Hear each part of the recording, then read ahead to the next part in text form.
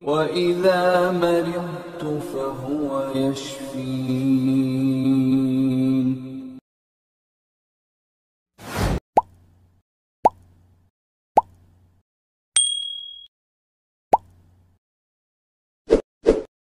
Assalamualaikum warahmatullahi wabarakatuh, Ustaz.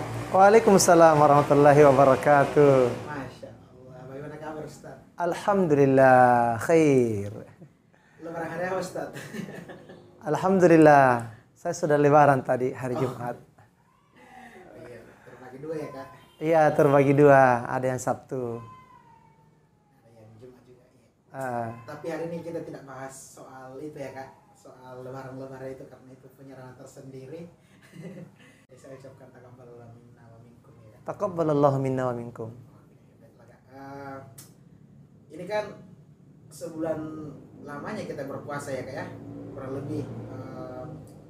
Itu kan dalam proses jalannya puasa itu kan seringkali lambung ini kan dilatih untuk tidak makan dan minum ya selama Iya. sebulan lamanya. Gimana tuh, Kak? Gimana cara kita sebagai kita kan praktisi kesehatan, bagaimana cara kita menjaga tubuh agar tetap sehat di momen hari raya? Karena kan biasanya ya kebanyakan lah orang yang ada istilah balas dendam karena Balas dendam karena hari raya banyak makanan. sebulan lamanya kita gak pernah makan, jadi Iya. pas lepas. Iya. Ada tips untuk gimana caranya supaya tetap sehat di hari raya, Kak? Baik, tentunya sebagai seorang muslim kita tetap harus mengikuti rambu-rambu yang ada. Kita harus tetap disiplin mentaati tips-tips sehat di hari raya. Iya, karena memang di hari raya itu memang menggoda ya. Banyak makanan, apalagi kalau kita ziarah ke keluarga, tetangga-tetangga. Masya Allah disuguhi aneka ragam makanan. Dan tentunya ini, ya, dan menu-menunya itu bervariasi. Sangat-sangat luar biasa. Utamanya makanan-makanan yang berlemak. Ada daging, ada ayam, luar biasa memang ya. Maka ada beberapa hal yang perlu saya sampaikan. Yang pertama, ketika kita memasuki momen hari raya, maka tetap kita disiplin 3 kali makan sehari, pagi, siang, malam. Ya, tetap jadwal makan itu tetap kita harus laksanakan sesuai dengan jadwalnya, yaitu makan antara 7 sampai 8 jam setelah makan. Ya, itu yang pertama. Kemudian yang kedua, misalnya di pagi hari pulang dari sholat Idul Fitri, disuguhi makanan-makanan yang tinggi lemak, ya, seperti ayam, daging sapi atau segala macam yang bersantang. Maka usahakan makan siangnya itu jangan yang tinggi lemak, tapi selalu diatur kita mengkonsumsi makanan yang bervariasi. Iya, artinya kalau misalnya paginya makanan yang berat, yang berlemak, daging-daging apa, maka siangnya itu yang ringan-ringan. Jangan dihantam makanan berat semuanya. Tapi kalau semuanya berlemak, iya, biasanya ada pilihan. Iya. Biasanya ada pilihan. Anggaplah makanan berlemak, tetapi selalu ada penetralnya. Apa itu penetralnya? Misalnya dikasih jeruk nipis. Ambil contoh, misalnya kita makan daging kuda atau daging kambing atau coto, ya, kita pergi bertamu ke keluarga, disuguhi konro. Banyak sekali lemaknya kan? Jangan lupa ada penetralnya, yaitu jeruk nipis. Atau sebelum makan makanan berlemak, kita konsumsi dulu buah-buah, makanan-makanan yang berserat, seperti buah apel, atau kalau tidak suka apel bisa pepaya, atau bisa melong, atau bisa juga semangka. Iya, jadi supaya kita kenyang dari buah. Ya, sebentar porsi makannya itu berkurang karena kenyang dari buah. Kemudian di antara tips sehat di hari raya, yaitu kita tetap harus memperbanyak minum air putih. Ya, karena asupan air putih ini cukup dibutuhkan oleh tubuh kita. Ya, jangan sampai kita dehidrasi, kekurangan air putih, banyak makan tapi kurang minum, itu juga kurang bagus juga bagi kesehatan kita. Kemudian selanjutnya tetap berolahraga. Ada jadwal-jadwal tertentu, waktu tertentu kita tetap harus berolahraga. Iya, karena dengan olahraga ini adalah merupakan sebuah proses, sebuah ikhtiar untuk pembakaran lemak. Jadi lemak yang masuk itu bisa dikeluarkan melalui proses pembakaran lemak, yaitu dengan cara berolahraga. Cukup 15 sampai 30 menit saja dalam sehari kita berolahraga, itu cukup bagus untuk kesehatan tubuh kita. Dari samping banyak berolahraga, sehabis makan itu bergerak. Ya, misalnya kita habis makan di sini, terus pergi berziarah, mau pergi ke keluarga yang terdekat atau tetangga, iya. Kalau jaraknya dekat, tidak usah naik motor, tidak usah naik mobil, cukup jalan kaki saja. Nah, jadi dengan melakukan gerakan tubuh, berjalan kaki, itu juga akan melakukan sebuah proses untuk pembakaran juga. Jadi selalu ini ya, selalu sedia jeruk nipis ya kemana-mana. Iya. Supaya ada penetra ya, karena mengingatkan di Makassar itu salah santan yang dalamnya setiap hari. Iya. Ini Kak, apakah tidak ada efeknya? Kan kita itu sebulan lebih kan berpuasa, itu kan biasanya siang itu lambungnya kosong kan? Iya. Terus tiba-tiba raya kita tiba-tiba kayak makan begitu siang, apakah tidak ada efek kepada tubuh itu Kak? Oh iya, jadi kan 1 bulan penuh kita melaksanakan puasa Ramadan 29 atau 30 hari. Di mana di bulan Ramadan itu lambung kita lama kosong. Sementara di momen Idul Fitri ini makanan itu melimpah, cukup banyak.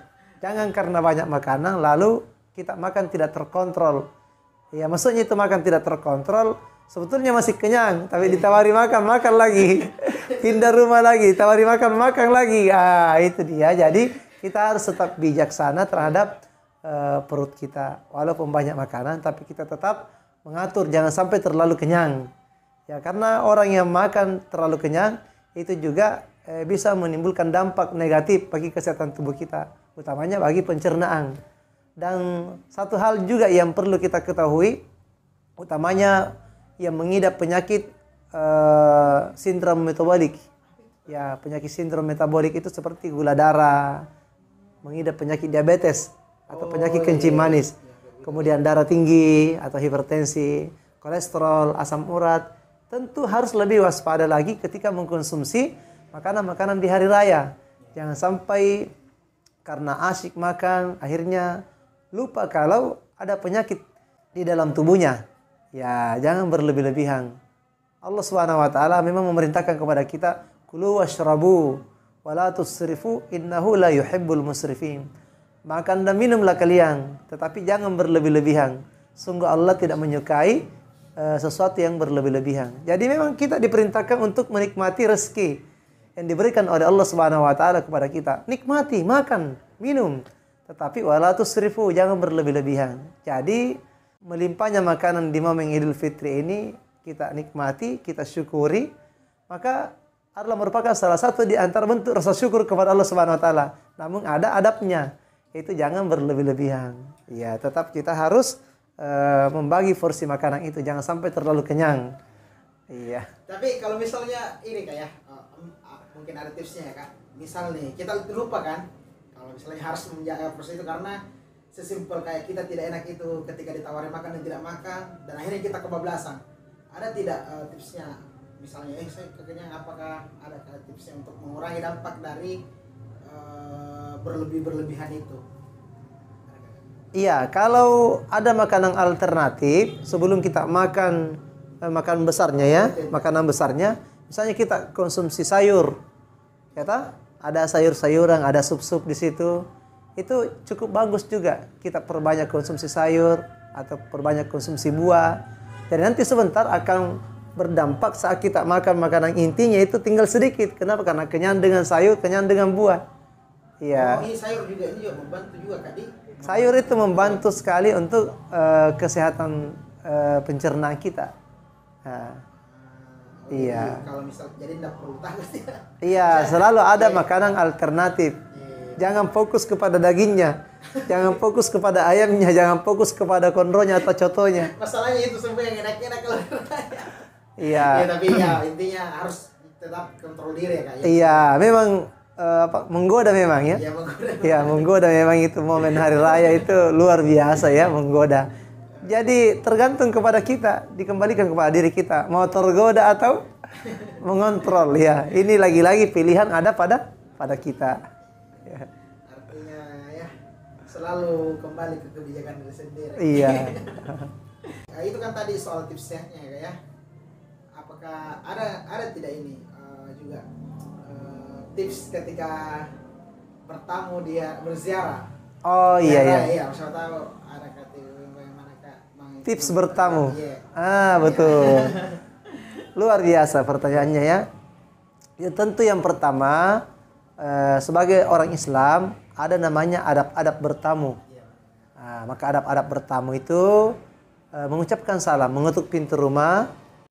Kemudian apabila kita ketuk 3 kali tek, tidak ada suara dari dalam, ketuk lagi sambil mengucapkan salam, tidak ada suara dari dalam, maka pulang. Apabila cukup 3 kali, maka pulang dulu. Nanti datang di lain waktu, mungkin lagi tidak siap, atau mungkin tuan rumahnya lagi tidak ada, atau bagaimana, atau sedang beristirahat. Ya, maka kita pastikan datang di waktu yang tepat, jangan sampai datang di waktu istirahat. Kemudian yang kedua, jangan lupa mengucapkan salam dan minta izin. Kemudian saat dibukakan pintu atau tips berdiri di muka pintu, itu jangan mengintip ke dalam, tapi berada di pinggirnya. Ya, di pinggiran pintu supaya tidak terlihat bagian dalam. Kan kadang itu kita bertamu di rumahnya orang, pintunya sudah terbuka duluan kan? Iya, benar-benar. Maka jangan berdiri pas di tengah-tengah, tetapi hendaklah kita mengetuk pintu dari samping agar tidak jelalatan ke dalam. Kemudian saat kita disuguhi makanan atau minuman, makanlah yang terdekat. Makan yang terdekat. Jangan sampai kita mengambil sesuatu yang jauh. Ini akan mengurangi marwah kita, mengurangi kewibawaan kita. Itu tidak dilarang sebetulnya, tetapi secara adab itu sebaiknya memang mengkonsumsi, kita ambil yang terdekat saja. Kemudian misalnya ada kue nih, wah luar biasa kuenya, enak-enaknya, jangan makan terlalu banyak walaupun kuenya banyak. Kenapa? Karena yang menjadi tamu itu bukan hanya kita.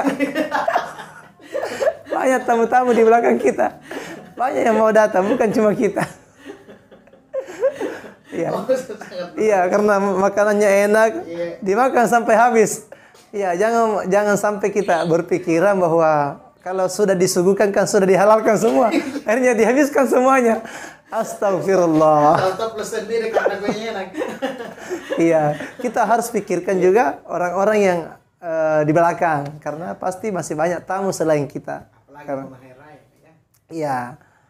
Kemudian jangan terlalu lama ketika kita bertamu, sebaiknya kita bergegas untuk pulang. Mengapa? Karena yang penting kita sudah menyampaikan selamat hari raya, taqabbalallahu minna minkum. Karena sunnah bagi kita saat berjumpa dengan saudara-saudara kita, dengan keluarga kita untuk mendoakan taqabbalallahu minna minkum, yang artinya semoga Allah Subhanahu wa taala menerima amal ibadah kami dan amal ibadah kalian juga. Ya, jangan lupa Rasulullah SAW itu beliau sengaja mendatangi tetangga-tetangganya, keluarganya untuk mendoakan taqabbalallahu minna wa minkum. Masya Allah. Masya Allah. Jadi ini bisa menjadi referensi ya buat teman-teman yang di luar sana Kak. Iya. Mudah-mudahan bisa tetap meskipun ini adalah momen hari raya, ya tetap harus menjaga kesehatannya Kak, dan itu juga ditutup dengan tips-tips bertamu biar tidak kebablasan. Masya Allah. Ya, semoga pembahasan ini berberkah buat kita semua, dan tentunya saya secara pribadi dan juga atas nama lembaga juga Wildan Group tidak lupa mengucapkan taqabbalallahu minna wa minkum, selamat berhari raya Idul Fitri. Semoga Allah Subhanahu wa taala menerima amal ibadah kita semua. Amin ya rabbal alamin. Saya kira mungkin sampai di sini dulu ya. Ya, mudah-mudahan berkah dan ada manfaatnya buat kita semua. Wassallallahu ala Muhammad wa ala alihi wa ashabihi wasallam. Walhamdulillahirabbil alamin. Wassalamualaikum warahmatullahi wabarakatuh. Salam sehat dan berkah.